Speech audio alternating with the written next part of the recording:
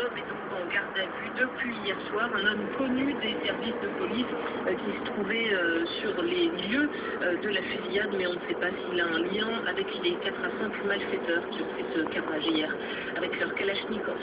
Une bagarre au couteau dans une cour de récréation. La bagarre a eu lieu hier dans un collège de Villiers-le-Bel entre deux collégiennes. La victime blessée à l'abdomen est hospitalisée, mais ses jours ne sont heureusement pas en danger. Dans ce contexte, le chef de l'État annonce une réunion de travail sur les violences scolaires et l'absentéisme mardi prochain à Beauvais. Et puis on l'a pris il y a quelques minutes, un jeune homme de 27 ans a été hospitalisé après avoir reçu un tir de flashball au visage lors d'affrontements qui ont eu lieu mercredi soir avec des policiers à Villeferrand en Seine-Saint-Denis. C'est l'AFP qui vient de confirmer ces informations données par le journal Libération.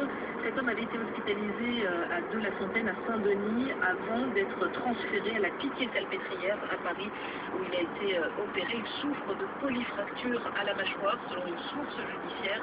Une enquête de l'inspection générale des services, la police des polices, a été ouverte sur cette affaire. Pour avoir des fractures comme ça. 4 minutes sur France Info, la scène consacrée au massacre de Sétif le 8 mai 1945 ne dure que 4 minutes, mais ces 4 minutes du dernier film de Rachid Bouchareb ont déclenché une vive polémique. Lors de la projection du film ce matin à Cannes, il y a donc eu des centaines de manifestants, dont beaucoup d'anciens combattants rassemblés devant la mairie autour du député Lionel Lucas.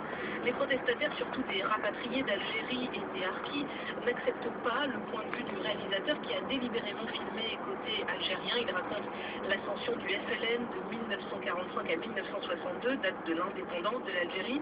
Voici les toutes premières réactions à la sortie du film, réactions de Canois qui ont assisté à cette projection, des réactions contrastées.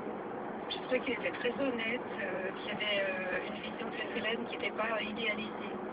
C'est un film très bien fait, très bien joué, mais tendancieux. Dans assimiler la résistance algérienne à la résistance française contre les nazis, il y a quand même de l'abus. Passionnant, parce que nous avons vécu ça, nous étions relativement on jeunes n'a pas tellement d'abus. nous a remis des choses en place.